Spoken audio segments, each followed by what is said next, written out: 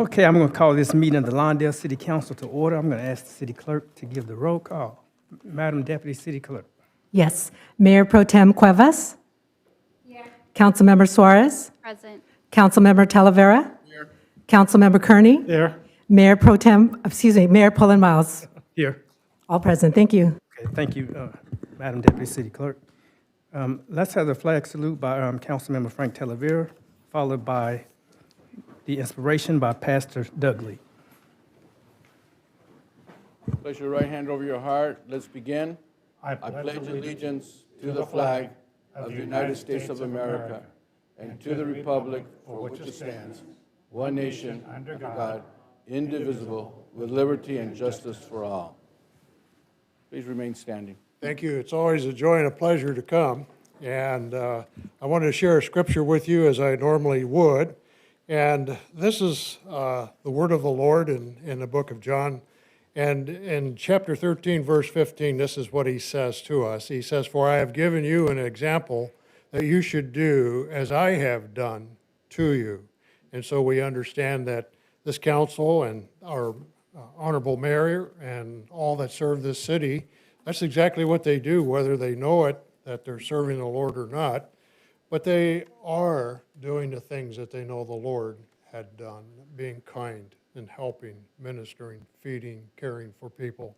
And that's what we do here, and that's what the city of Lawndale is all about. Father, we lift up this council, we lift up our mayor. Father, this world right now is in a crazy place.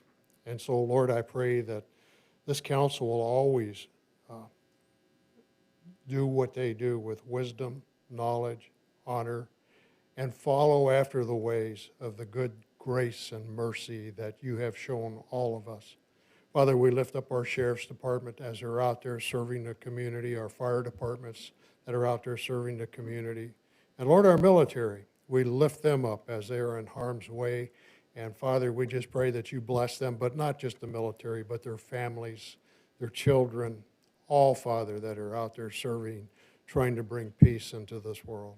And so, Father, we're grateful and thankful to be here. We're thankful to be a part of what you're doing here in the city of Lawndale. We just pray that your leadership, your direction, and the way you showed us to love one another would be the way we conduct our lives while here doing the ministry that you have called us to do. And we lift this city up to you in the name of Jesus Christ. Amen. Amen. Thank you, Pastor.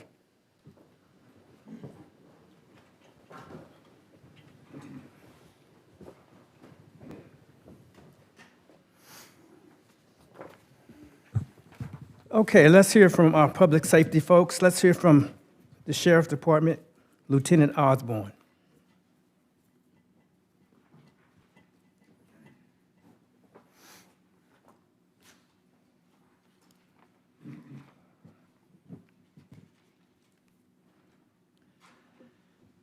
Good evening, Mr. Mayor and esteemed members of the City Council and members of the community. I'm Ricky Osborne, the lieutenant assigned to Lawndale, and I will be presenting the Public Safety Report for February 2nd through March 2nd, 2026. I'll begin by discussing our notable arrests and investigations. On February 13th at approximately 8 p.m., Lawndale deputies responded to the 15600 block of Hawthorne Boulevard regarding a gunshot victim at the location. When they arrived, they located a male adult suffering from gunshot wounds to his chest. The victim was transported to Hubbard General Hospital for medical treatment. South Los Angeles Station OSS Detective Sabatine responded to the scene and immediately began investigating the crime. After completing the initial investigation, he identified the suspect and is currently attempting to locate him. On February 16th at approximately 11 p.m., Deputy Koger conducted a traffic stop of a vehicle for expired registration at 161st Street and Fremona Avenue. He contacted the two male occupants of the vehicle. The driver of the vehicle was on probation and subject to search. During the search, Deputy Koger recovered 20 individual baggies containing fentanyl. The driver was arrested for possession of narcotics for sales. The passenger was not criminally involved and released. The suspect was a resident of Lawndale. During the reporting period, Lawndale deputies made 22 misdemeanor narcotics arrests for possession of various types of narcotics and possession of drug paraphernalia. Traffic incidents. Regarding our traffic-related incidents, Traffic Enforcement Deputy Morales issued 43 citations during the reporting period for various vehicle code violations such as failure to stop at a stop sign, failure to stop at a red traffic light, and speeding. Lastly, I would like to invite everyone to our next Neighborhood Watch meeting, which will be Wednesday, March 18th, starting at 6 p.m., located at the Harold Hoffman Community Center, located directly across the street. Come out and enjoy some time with your local deputies and community members. This concludes my report, and I will be happy to answer any questions the council may have. Is there any other questions of the lieutenant's report? Thank you, Lieutenant. Thank you. Okay, let's hear from the Los Angeles County Fire Department, Assistant Fire Chief Kane.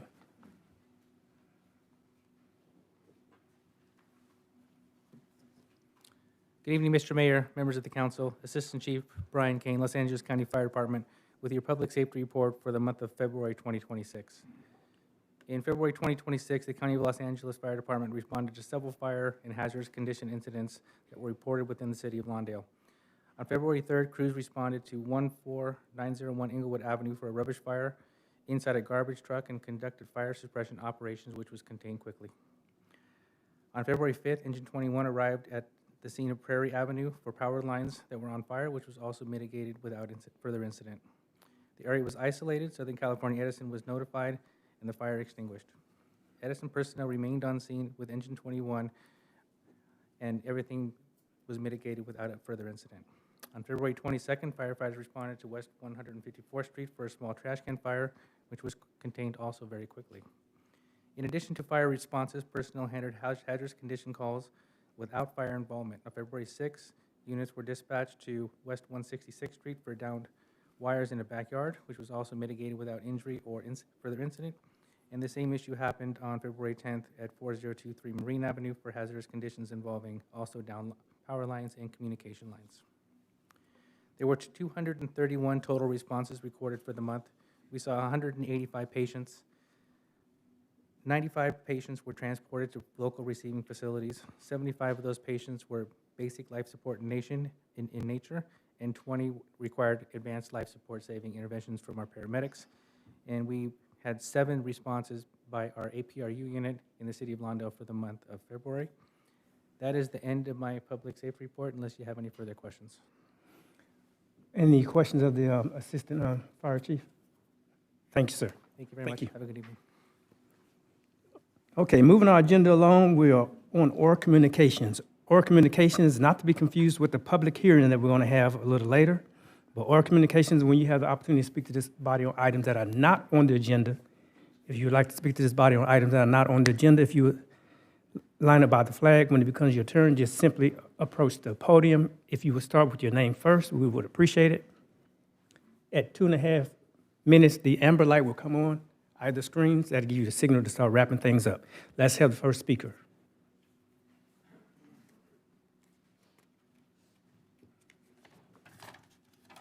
Gary Adams, 45-year resident of the city of Lawndale.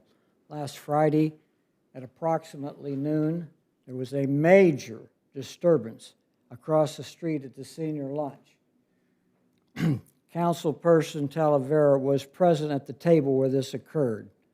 There was what appeared to be a mentally deranged person with a black hat saying that he's retired U.S. Army, which would indicate he's probably a trained killer. I tapped him on the shoulder and asked him what he's going to do. He said that the guy that was in charge there is going to take care of it. It has not been properly taken care of. The turkey was there again today at lunch. He didn't cause a disturbance today, but it's like a live hand grenade. That lever could be pulled any time. This guy should be barred from ever attending the senior lunch again. It is my understanding that he's already been barred from a prior senior lunch program. It looked like there was going to be a fight. Now, there's the distinct possibility, if not probability, of injury up to including death. Now that the city is on legal notice on television here. If this person hurts or kills somebody, the city will be liable because you're now placed on notice that this needs to be taken care of properly. It's also reported that he's had prior major incidents with other members at the senior lunch, including members of the staff. I'm very sensitive to this. My own father, who was in the veterans home, was assaulted by a former military person and severely injured. So this is very sensitive to me. At the minimum, if you won't bar this turkey from being at the senior lunch, he should be required to undergo a mental evaluation. And the city needs to do something to protect itself. I'm more interested in protecting the people there and myself.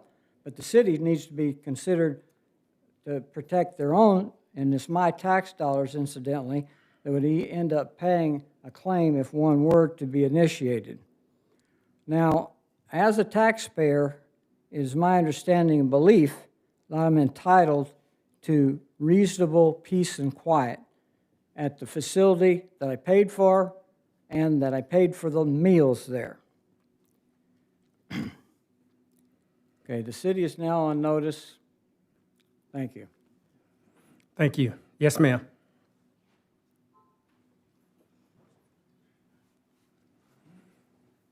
Good evening, everyone. I'm Caitlin Coulter, Community Library Manager for Lawndale Library. I just have two things. I just want to let everyone know that the libraries, all of them will be closed on Thursday for a staff development day, so all LA County libraries will be closed that day. And we were able to, in the month of February, implement a voter return box outside the library, so Lawndale residents will now be able to return their vote-by-mail ballots to the vote return box outside the library. Thank you. Thank you. Yes, sir.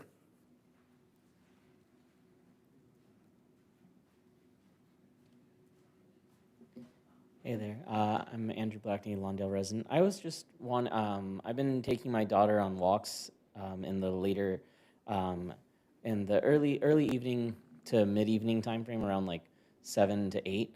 And I've been noticing a lot that Rudolph Park has been continued to stay open at that time, which is well past the dusk period. I went to go check just today, and it was still open when I came over here, which is, I would consider past dusk. I don't think there's any more light on. Any more light coming from the sun at that time. So I was just wondering if there's anything the city can do about that. I don't know if there's other parks that are remaining open. It used to be, as far as I remember, like maybe 6 months ago, that I would go by and it would already be locked up. It's been open. I don't want people to be taking that opportunity to have that space to be doing illegal and illicit drugs or doing other things there, especially since that's a park that during the day, there's a lot of kids that go there, and I don't want things there for them to find. So I'm hoping that we can just, whoever's in charge of closing it, making sure that they are, in fact, closing these parks at dusk. Thank you. Thank you. Anyone else wishing to speak to this body? Okay, seeing none, let's bring it up to diocese for comments from the council. Let's start with Kearney. Okay, Gary, I don't know if the deputy city manager can answer the question about the luncheon, or maybe Jason can answer it. Yes, thank you, Councilmember Kearney. We are aware of the situation that happened last week, and we're currently reviewing the Code of Conduct policy. And once we are able to assess the situation, we will take appropriate action. The department head, Mr. Jason Minter, is looking into it as well, so we are going to be looking into it. Thank you. And Ms. Librarian, thank you for the updates and the notification about Thursday being closed. And then Andrew, Rudolph Park, who handles this? Jason or? Yeah. I think it's. Well, I know we close the parks at dusk, but it takes a while to get to all our parks, so. But if it's continuous at Rudolph, maybe we should do Rudolph first and then go to the other parks. Absolutely. That's just my suggestion. We will check. Okay. And with that, I'll pass it on. Jason Minter, Community Services Director. Yes, we're happy to look into it. As you mentioned, it does take time for staff to Yeah. get around to all the parks. Typically, Rudolph is the last one on the, on their route. They usually start at William Green and work, back towards the community center. but I'll be happy to check into it and make sure we're doing it at dusk. I know that there's a variation of what dusk actually means, but we do try to close it before it gets too dark so that people don't get either one, locked in the park, or nefarious activities can happen, but we'll definitely follow up. All right, thank you. And with that, I'm done. I'll pass it on to my colleague to my right. Councilmember Talavera. All right, welcome, everybody. Thank you for being here with us tonight. Regarding oral comments, the first one is, I was there at the luncheon when it happened. I didn't perceive any threat myself. I was sitting at the table. He did get very antagonized, but I do want to give kudos to Mo, our staffer that works there, that he came right away to the table and tried to silence the person and do some type of resolution to get the situation de-escalated. So I want to thank Jason's department for having staff that took care of that.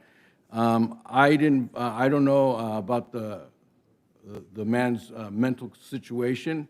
I've seen him other times before. He's always been good, and always he does take like a little more space on the table because he likes to spread out his stuff. But other than that, you know, when I got there, the other gentleman that was there seemed more like to antagonize him. So that's why he became more belligerent.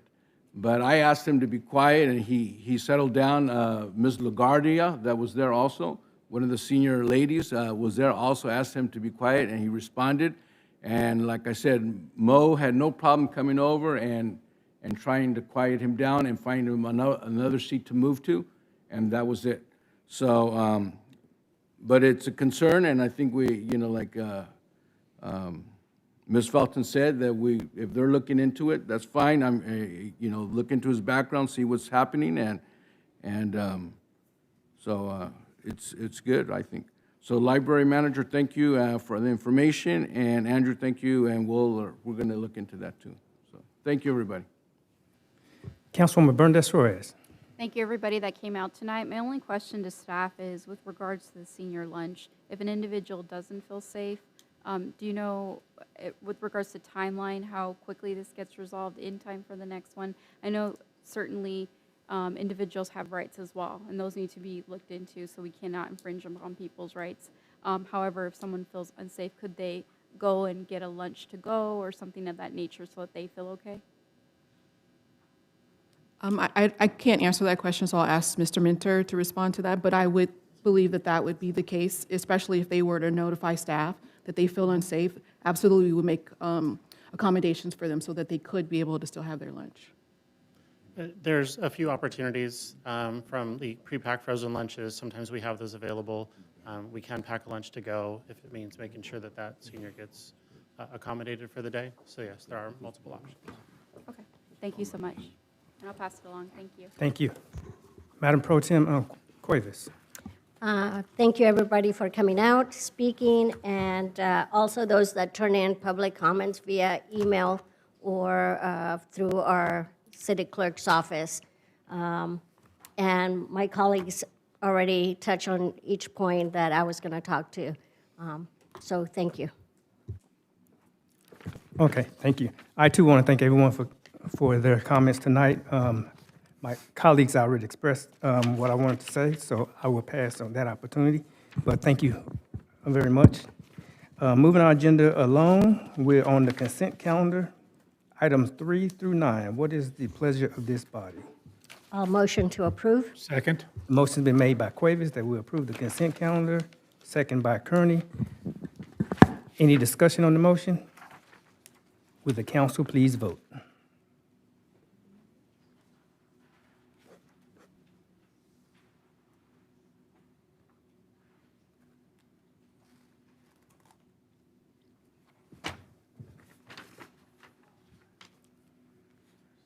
Looks different.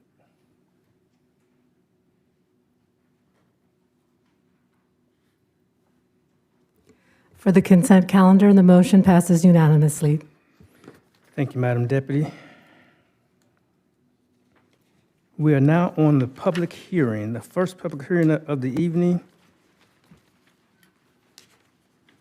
This is a public hearing regarding the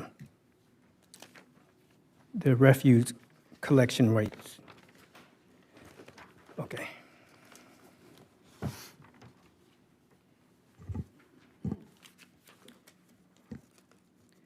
Good evening, Mayor and City Council members. My name is Grace Weezar, Senior Management Analyst for Public Works Department. This item is a public hearing to consider Republic Services' proposed 2026 refuse collection rate adjustment and adoption of resolution number C2603-004, establishing the 2026 rates. The city's franchise agreement with Republic Services allows for an annual rate adjustment based on the Consumer Price Index for trash and garbage collection, as published by the U.S. Bureau of Labor Statistics. On October 21st, 2025, Republic Services submitted a request for a 4.5% rate increase for calendar year 2026. Staff reviewed the request, verified the CPI calculation, and confirmed that the proposed increase is consistent with the terms of the franchise agreement. Because this is a proposed rate increase, the city is required to comply with Proposition 218. This includes mailing a public hearing notice, a protest ballot at least 45 days prior to the hearing. Notices were mailed to approximately 12,347 affected parcels on January 7th, 2026. Under Prop 218, the rate increase cannot be approved if a majority protest is received. A majority protest would require 6,175 valid written protests, which represents 50% plus one of affected parcels. If a majority protest is not received, the City Council may adopt the proposed rates, which would take effect January 1st, 2026. For residential customers, the proposed increase results in approximately $1.23 per month increase for a small 35-gallon refuse cart, $1.46 a month increase for a medium 65-gallon cart, and $1.70 per month increase for a large 95-gallon cart. Senior discounts rates would increase proportionately. Commercial and multifamily rates would also increase by 4.5%. As an example, for a commonly used 3-yard bin service once per week would increase from $261.25 to $273.01 per month. There is no fiscal impact to the city's general fund as refuse services are directly billed to the customers. Staff recommends that City Council open the public hearing, receive testimony, and close the public hearing, and adopt resolution number CC-2603-004, establishing the 2026 refuse collection rates contingent upon there being no majority protest. This concludes my report, and I'm available for any questions, as well as Don Harris and Eddie Heredia from Republic Services. Thank you for that report. Let me just say that all protests must be submitted in writing before the close of this public hearing.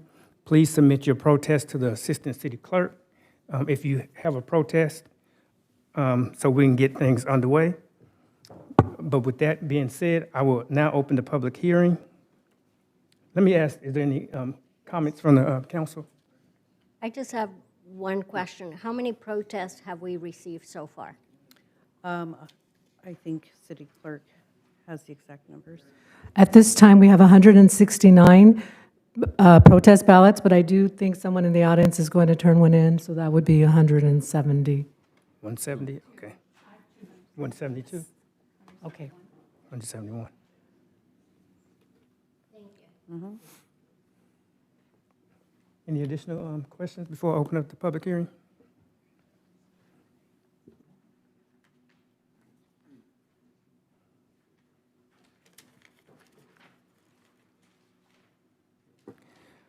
Okay, it is 6:54. The public hearing is now open.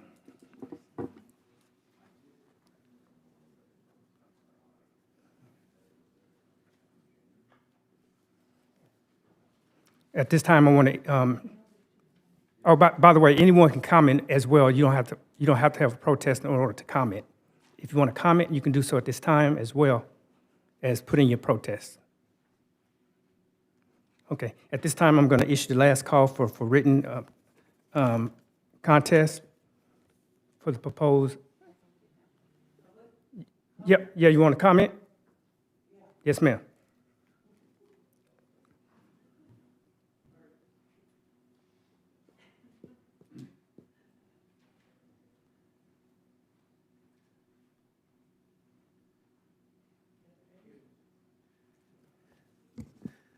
Hi, Dina, local resident. I'm also in the senior category now where income is kind of, sensitive. Anyway, I almost pay, I pay $368 a year right now for trash. And if it's gonna go up even higher, it makes it rough. And I know I'm not the only senior in the city. There's a lot of seniors that this is gonna affect actually more so. It's just getting so crazy with everything going up. We can't seem to afford, much at all. I was going to speak earlier and I didn't, but it's unfortunate that certain residents also just think to throw trash and dump stuff and hope that the trash will pick it up, which is ridiculous. And we're talking mattresses. There's a refrigerator right now on Condon that still has its doors on it and everything. I don't know why. Unfortunately, I wish they would also notify people that what the proper way, or even if we did, the proper way of putting out a refrigerator, taking the doors off, dumping mattresses and all other stuff. But my main concern obviously is the price amount. If this is gonna go up, it's really gonna affect a lot of people here for trash. That's it. Anyone else wishing to provide comments? Okay, at this time, I'm going to issue the last call for written protest for the proposed refuge collection rate. Please turn in any protest that you wish to have counted. Protests received after the close of this hearing will not be counted.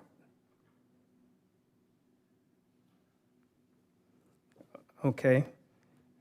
It's now 6:57. The public hearing is open. It's closed. Are there any comments from the council? Nope.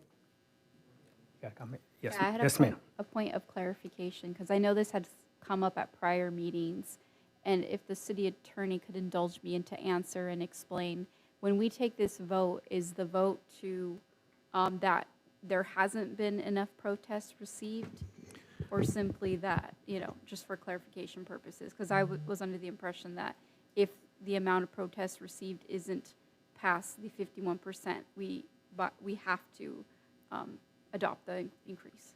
It's actually, it's that kind of flips it on its head. If the amount is 50% plus one, you cannot move forward. With the amount being clearly under 50% plus one, you're being asked to adopt the rate. Adoption of the rate is subject to the franchise agreement, or not franchise, to the agreement that you have. I guess it is a franchise agreement, which says that you will, but you will do it subject to the protest. So you do have some leeway, but you are somewhat contractually bound by the franchise agreement, if that makes sense. So why doesn't it just automatically increase if the agreement's already? Sure. I guess my question is, if you do not receive the 51% or the 50 plus one, why doesn't it automatically just increase instead of us having to adopt it? Sure. In general, the franchise agreement offers an opportunity for, whether it be through a Prop 218 vote, which only has to be done after the first 5 years of the agreement, or if otherwise, in those first 5 years, just as an action item, to allow for public to hear it, understand it, see what's going on, and also to allow for city staff and the city council to look at the agreement once a year, see how performance is, and discuss with the contractor if anything needs to be taken into account in approving the rates.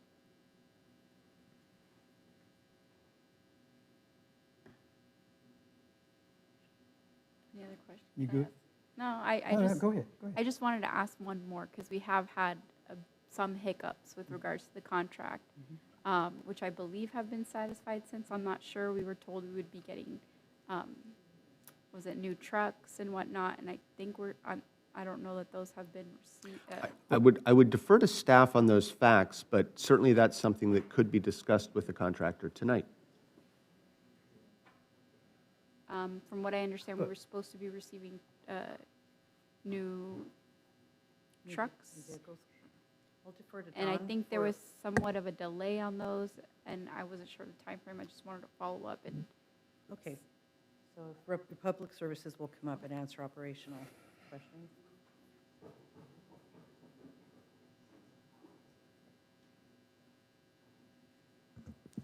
Good evening, Mayor and Council. I'm Dawn Benton from Republic Services, and I have here our Operations Manager, Eddie Heredia, who can give you a little bit more information about our procurement schedule for the vehicles.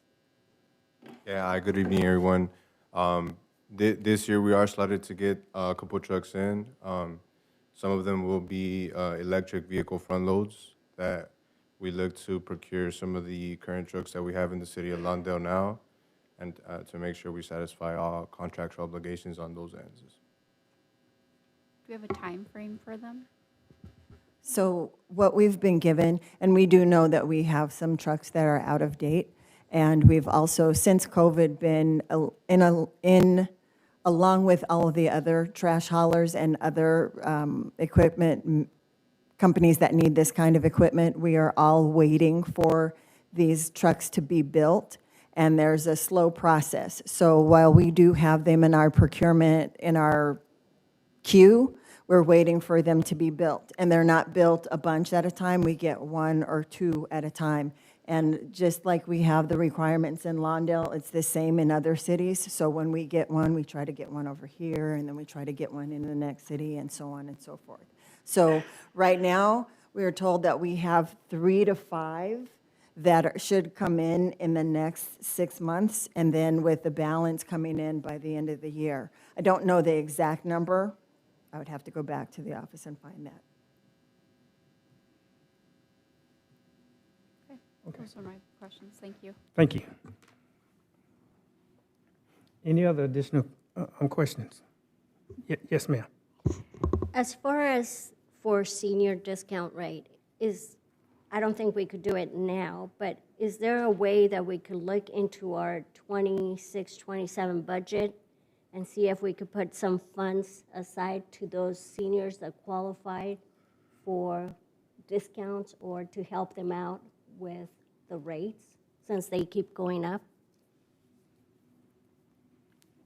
It's just a thought. Maybe we as a council could decide to put some funds aside.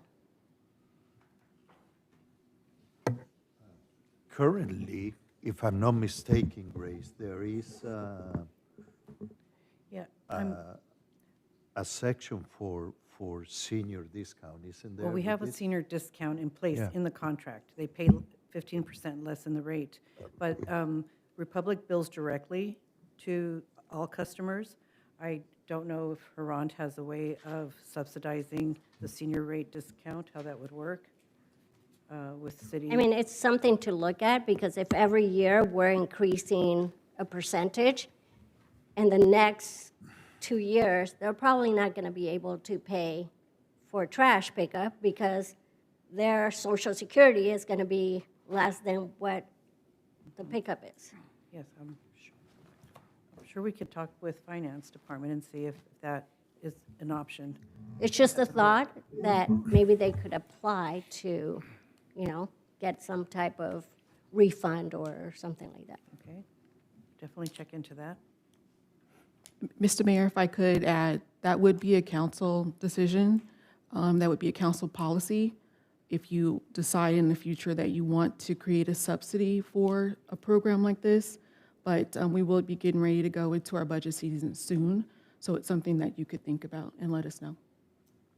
Is staff able to see if any other cities are doing this? And if so, bring it back so we could all talk about it? Sure. Mr. Pat Kearney.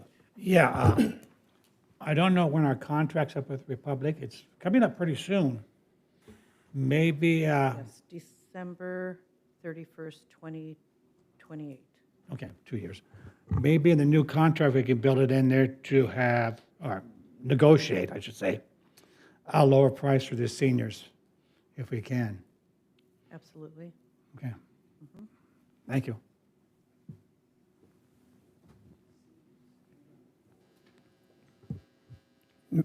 Since you brought up. Bernadette Suarez. Oh, thank you. Since you brought up the contract expiring in a couple years, at that point, are we required to do an RFP and receive other bids from other Yes. companies?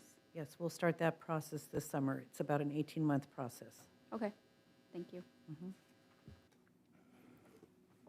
Okay. I'm going to ask the city, assistant city clerk to tabulate the results of the protest. Yes, the results are as follows. The total number of notices issued by the city on the proposed solid waste increase was 10,513. 169 valid protests were received prior to tonight's public hearing. 2 protests were received this evening for a total of 171 protests received. Based on these results, there are insufficient protests received for a majority protest. 5,258 protests were required. Thank you.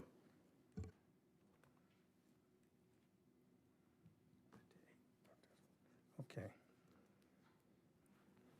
Okay, with that being the case, are there any further questions, comments, suggestions? Okay. The council will now consider the resolution to adopt the 2026 refuge collection rates. Can I get a motion? I'll make a motion reluctantly.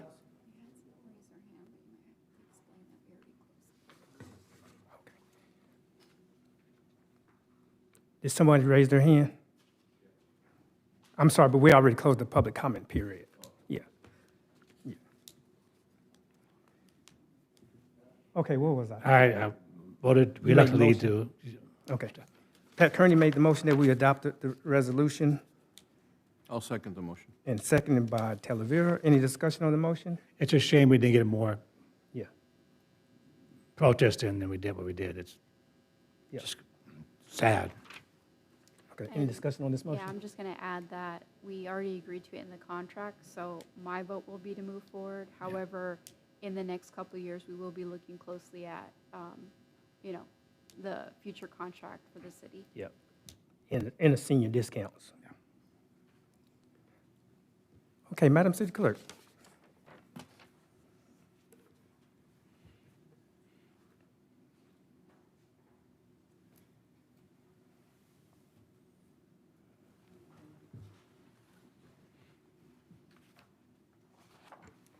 For item number 10, the motion passes unanimously. Thank you. Okay. Item 11 is another public hearing, a little different. So we're back to our regular scheduled public hearings. That was a special kind of public hearing. This one has to do with Los Angeles, adopting the Los Angeles County Building, Electrical, Plumbing, and Mechanical Codes. Let's have the staff report. Good evening, Honorable Mayor and City Council. The item before the council is Ordinance 121226. It's an ordinance to adopt the 2025 LA County Building Code. Currently, the California Building Code updates itself every 3 years, and so we currently adopt by reference the 2022. So this ordinance will adopt the 2025 LA County Building Code by reference. It's a series of building codes, electrical code, plumbing, mechanical, residential, the California Green Building Code, and the existing building codes. At the February 2nd meeting, we also held a public hearing where we agendized and set today's public hearing about a month ago for a public hearing. If the council approves it, it gets adopted, and we will adopt the various codes by reference. We did everything procedurally. We noticed it in the Daily Breeze. We posted it. So we did everything. So staff recommends, and the ordinance is also exempt from CEQA. So staff recommends that the council open up a public hearing and testimony from the public determine that the project is exempt from CEQA per CEQA section 15061B3, and adopt and actually read the ordinance by title only. Staff is available to answer any questions. Okay, thank you for that. Is there any questions of the council, from the council, before we open the public hearing? Okay, it is now 7:10. The public hearing is hereby open. Are there any wishing to provide comments on this matter? Yes, sir. Yes, sir. In my previous career, it was my obligation to write environmental impact statements, and I am categorically opposed to exempting CEQA by city ordinance. I'll give you a perfect example. Bellagio's Car Wash, which was just recently opened after about a year and a half of alleged construction. There used to be gasoline dispensary to the, let me get my direction straight here, to the north side of the property, as well as other hydrocarbons. The soil was not tested under this exemption. I can absolutely guarantee you that there was pollution to the soil which could adversely affect the residents adjacent to the property there. Hydrocarbons are known to be a cancer-causing product, and there was no testing done on this under this exemption. So again, I categorically am opposed to exempting anything under the city that has to do with the CEQA. Thank you. Thank you. Are there any wishing to provide comments in this hearing? Okay, seeing none, so we are finished with public comments and testimony. It is 7:12. The public hearing is hereby closed. Let's bring it up to diocese for any discussion. Mr. Pat Kearney. I do like the city, they went ahead and did the same thing they did in 2022, where they did not adopt the county's suggested green building. I like that because I read the county and it's ridiculous. So I'm grateful for you guys for doing that. Okay, any other comments? Suarez. Ditto. Okay, ditto. Okay, what is the pleasure of this body concerning this item? So moved. So moved by Kearney. Second. Seconded by Suarez. Any discussion on the motion? Will the council please vote?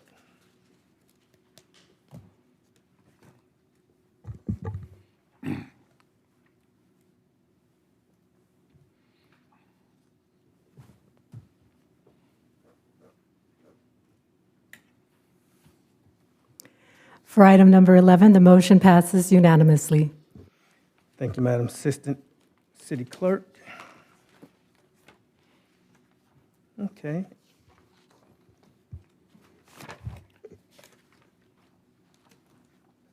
Oh, anything from the city manager?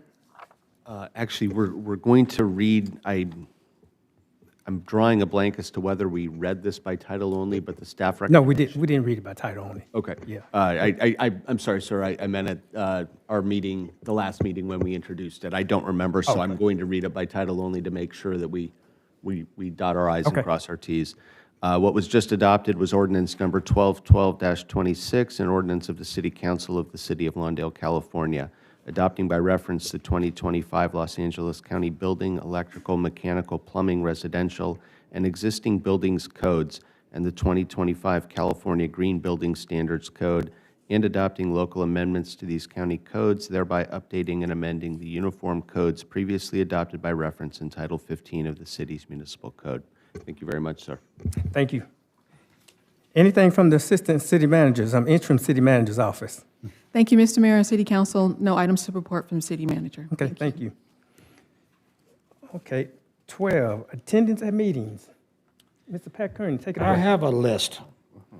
I attended the Community Schools Advisor Council meeting, Lucille Smith, and they appointed me a board member because they didn't have any males on it, was all females.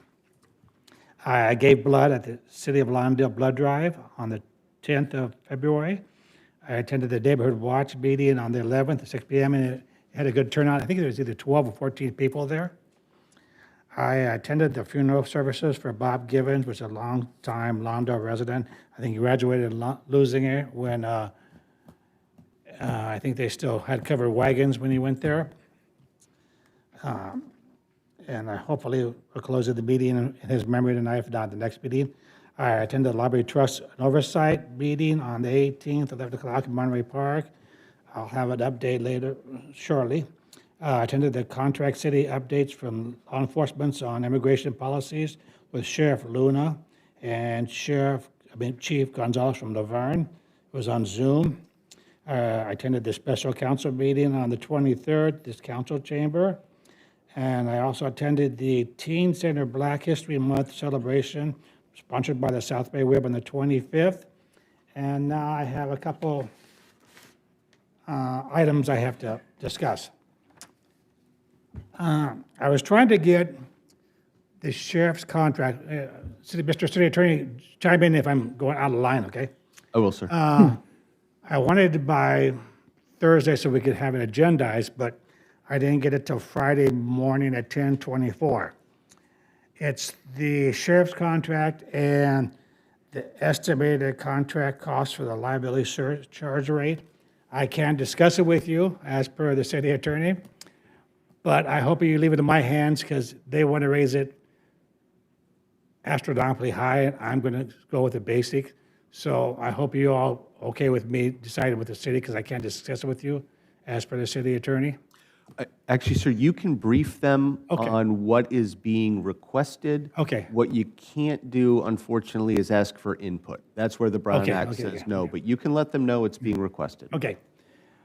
Well, 2024, 2025, the estimated cost for the contract was $6,760,107, and that surcharge was 12.5%.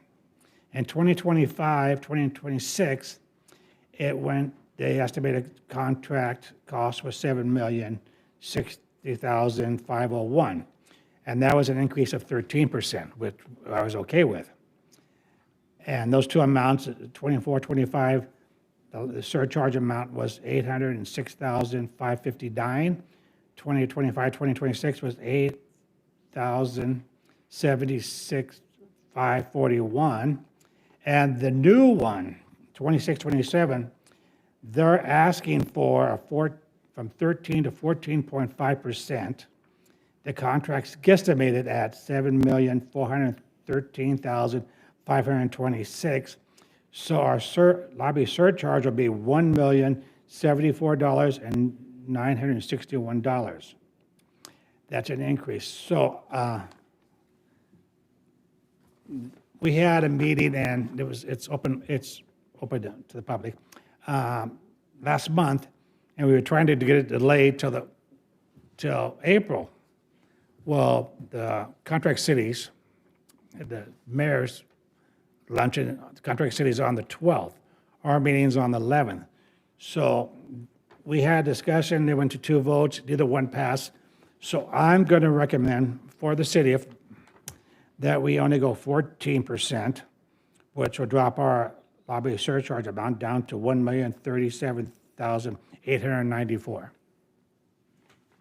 That's this on this. And then my second one, I don't want anybody to get upset on the council, but it's cell phones at the city council meeting.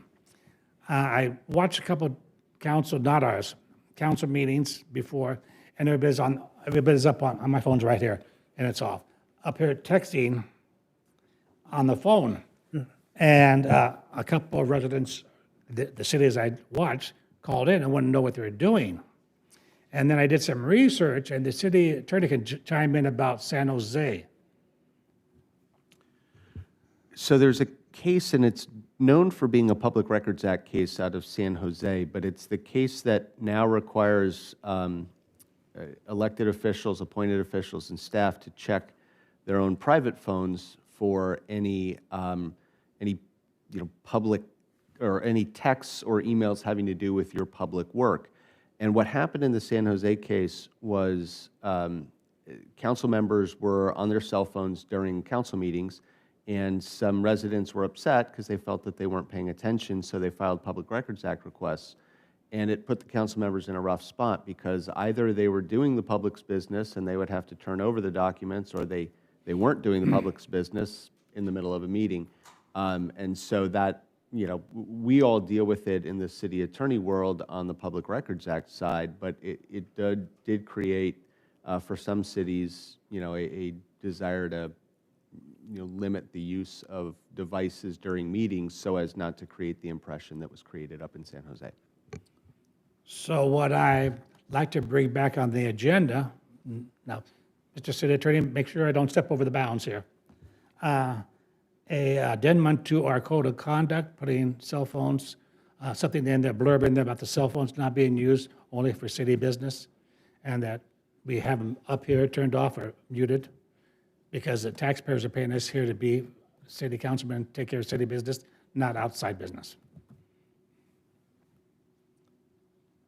Mr. City Attorney, is that? That's fine, yes. So what's being asked for is an agenda item where you guys can actually discuss that and whether that would be a policy. I think the most efficient way to do it would be to have a very short staff report that I and the interim city manager could put together, just sort of listing some of the considerations. Then if you have the discussion and would like it to go forward, it wouldn't take very much to add to the policy document, but rather than spend attorney time adding to the policy document, if you decide not to go that way, we'll limit the attorney time as much as we can and let you discuss and give us formal direction.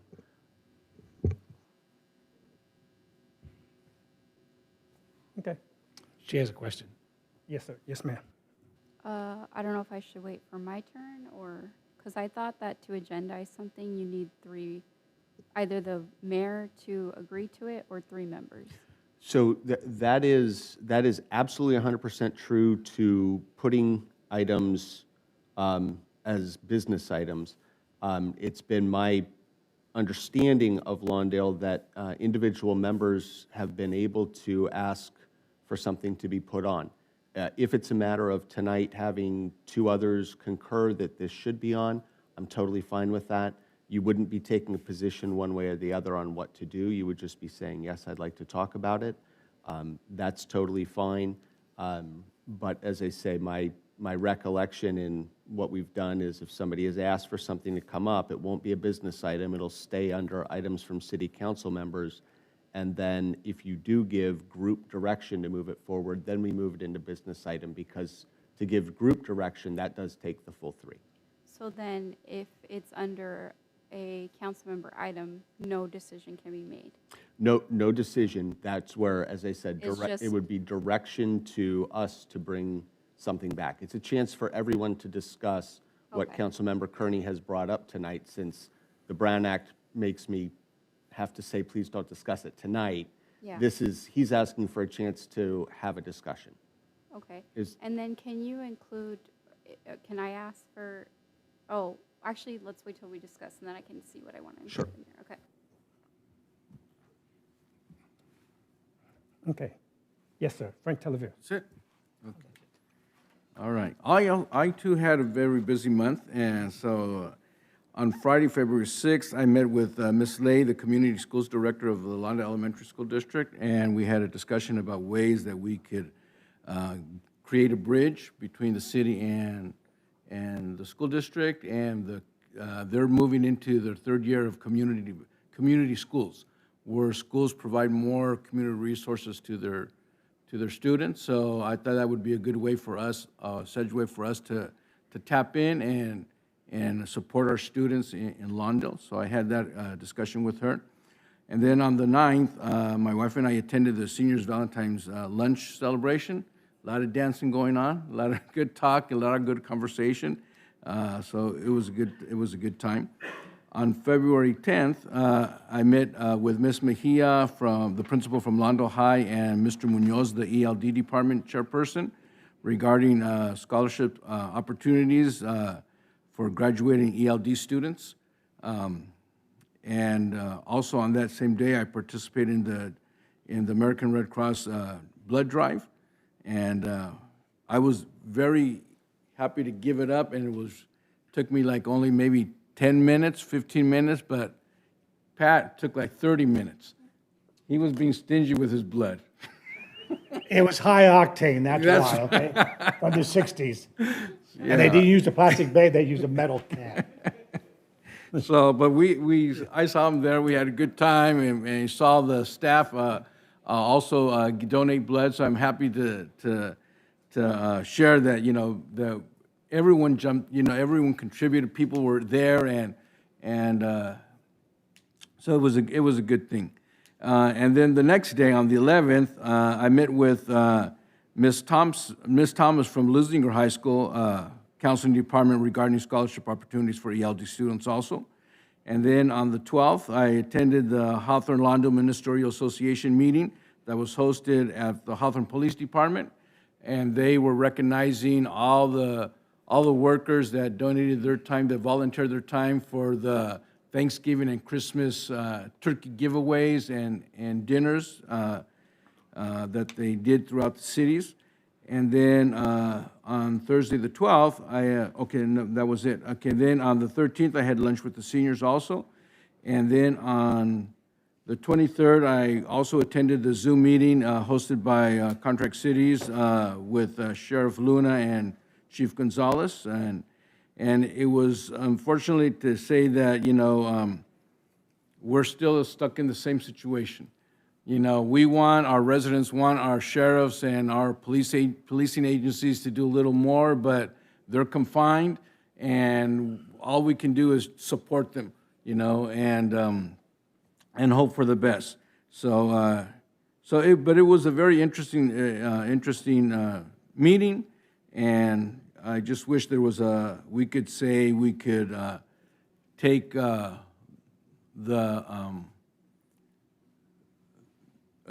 ropes off their hands and, the bindings on their hands, and so allow them to do a little more.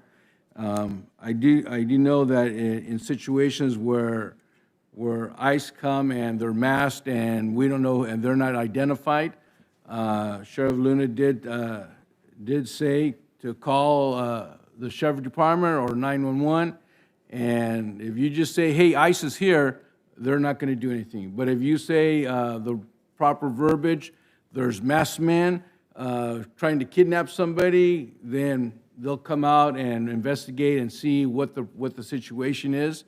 And unfortunately, we're in a situation here that's targeted to one of our demographic groups, and we can just keep praying and hoping and that the situation will be better. So on the 26th, I attended the Billy Mitchell Black History Month celebration. I was there with the mayor. He was the opening speaker there, and I just want to say that their program was short, sweet, and good to eat. Because it was get to the point. The students did their thing, and by the time it was over, and then they even provided a lunch for us, a little dinner for us, soul food there. So it was good, and it just happened so quick, but the students performed graciously. They did a great job. And then also I had lunch with the seniors on the 27th, Friday. And again, I got to say kudos to Mo and the staff that was working there on that day. It was unfortunate that happened. I know the person that was there, he is, I think, recently also lost his wife. So, and unfortunately, I think as we get older also, we become more antagonistic. We want to stake our property or our territory. And there were other seats where the other gentleman could have just moved, but he didn't want to move either. So, so finally, Mo stepped in and came and asked the gentleman that got loud to move, and he complied, And so, so I just want to thank Jason and his staff for doing a great job, and things I'm sure are this is probably not the last time, and then probably not the same gentleman, and maybe it'll be somebody else. And I just want to clarify my role as a city council member. I'm not a policing agent, but I will, if I see something's wrong, I'll do my part. I know, like, in that situation, the staff were ready to de-escalate, and it was good. If I see something out on the street while driving, if I see if it's major, I'll call it in. I've talked to several of our department heads and to our acting city manager and allowed them. But I'm not going to be calling at 3 o'clock in the morning to Lieutenant Osborne's personal cell phone number and say there's a situation here in Lawndale. I just don't think that's my role as city council member. So I'm here and I'm focused. My cell phone is put away also, so it's great. So I just want to thank everybody for being here tonight also. And I do want to add a few things, a suggestion from some of our seniors. Maybe we can have that green space that's right there in front of the drop-off center. They've said that many times or sometimes with, who's the driver, Jason? Rashonda. She'll come and it's filled up, so she'll have to park further down the street, and then the seniors have to walk down. And a lot of them have mobility challenges. We're not all as spry as we used to be when we were in high school. So some find it very hard to make that way. So I don't know if we can designate that area as like the senior bus only drop-off from that time that she's supposed to be there. So if we could do that. And also I noticed driving down Hawthorne Boulevard, it's looking a little shabby. There's a lot of bald spots. So I don't know when Hawthorne Boulevard is up for repavement, but if there's a schedule, I'd like to know what that schedule is, because I'd like to see Hawthorne Boulevard looking really nice. Okay, so I don't know if we can get that information. Okay, so thank you. That's all I have today. Thank you. Thank you. Lourdes Torres, Councilwoman. Yeah, I just had a couple. I did attend last week the South Bay Cities Council of Government Board of Directors meeting. It went a little over. That same week, I also had a joint meeting with there's different LA COGs in the region, Council of Governments. And so we had a joint meeting in downtown LA with the LA Council of Government directors and some of the board members, and spoke of items that are of interest to the entire LA region, such as Measure A. We talked about the LA County tax measure that's coming forward. The South Bay cities did vote to oppose, similar to contract cities, and I believe the league, to oppose the sales tax measure that the county is putting on the ballot for June. And those are just the two notable items I had, and that's it for me. I want to thank everybody that's come out tonight. Thank you. Thank you. Cuevas, Mayor Pro Tem. All right. I attended the South Bay Environmental Justice Alliance meeting after decision party at the Row. It wasn't well attended, but we did a video thanking the board for passing, not passing the Row decision. I also attended the South Bay COG Homeless Service Task Force on Zoom. They talked about a couple of measures that are losing some funds, and it's going to be a little tight for certain assistance that they're providing, but they're coming up with solutions to the shortage. I also attended the special city council meeting. For the next meeting, could we get an update on the teen center, how we're doing on funds,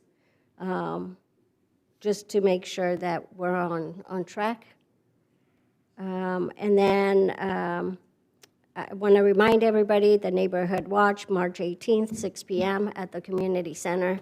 We need everyone to be involved, not only people that are on the west side of Lawndale, but we need people from south of Lawndale. And also, if you haven't been to Pedroca's Burger, it's a Brazilian burger on Prairie and Rosecrans, I would recommend you visiting them. They're one of our new local burger joints in Lawndale. They've been there about 6 months or a little bit more. So if you haven't been there, please visit them. They're at 14405 Prairie Avenue here in Lawndale. And with that, that's it. Thank you. Okay, these are not in any necessary any order, but I did attend the Workforce Investment Board's Black History Month program at the Hawthorne Teen Center. The next day, I attended the Billy Mitchell, as I do every year, Billy Mitchell Black History Month program. And yes, the food was good, and the program was short. That's the way we like it, right. I also attended the memorial service for Bob Givens, as well as the Sanitation District Board of Directors meeting. By the way, the Sanitation District, be looking out in your mail, because there's going to be there might be a slight increase in your wastewater rates. So we're going to be having a hearing, I think, next month. Those who have bills, you probably got it in your bill, right? Because there was a chance where you could send in your protest. Also, I attended the environmental alliances, the folks at the Row, the thank you message that we filmed, as well as the special council meeting where we hired a consultant to look for our next city manager. Speaking of the Row, I would like to put on the calendar at some point, Madam City Manager, recognition of those who participated in helping us shape the decision, I should say, of Metro. We know that turned out in our favor, so we want to celebrate that cause. And that's all I have. So with that, we did have a closed session regarding the public employees' appointment, but we're going to cancel that tonight. And instead, we're going to move to an adjournment. Madam Pro Tem. Okay, we're closing this meeting on behalf of Charles Robert Bob Givens Sr. Charles Robert, known also as Bob Givens, passed away peacefully on February 4th, 2026, at his longtime home in Lawndale. He was 95 years old. Services were held at Pacific Crest Cemetery in Redondo Beach on February 17th, 2026. A longtime resident of Southern California, Bob was born November 10th, 1930 in Los Angeles. He served his community as a school bus driver for Inglewood School District, safely transporting generations of students with a daily rhythm of reliable care that he took pride in.